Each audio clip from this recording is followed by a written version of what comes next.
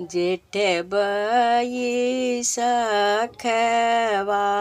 के तपले तपनिया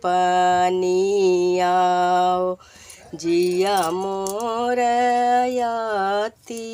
घबरा कहवा में पाई रानी बेली के फूलवा फूलवा फूलेला झरी जा मोरे पीछवारवा बसले कमलिनिया हो उमा नाने के प्रीत हमा मोरे पीछवारवा बसले कमलिनिया हो नाने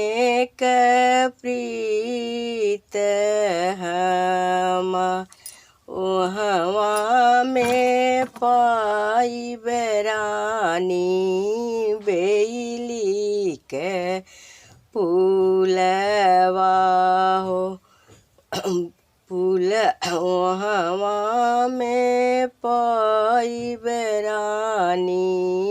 बेली के फूलवा हो फूलवा फूलेला झरी जा जऊ हम हो बकवनी देई के धेरिया हो मालिन के देशवानी काल जऊ हम हो बकवनी देई के धेरिया हो मालिन के देशवानी काल मालिन फूलवारिया में असक उखड़ब कफूलवा जे जई है को मिला मालिन फूलवारिया में असक उखड़ब फूलवा जे जई है को मिला जऊ हम हो बकवन राम के पूतवा हो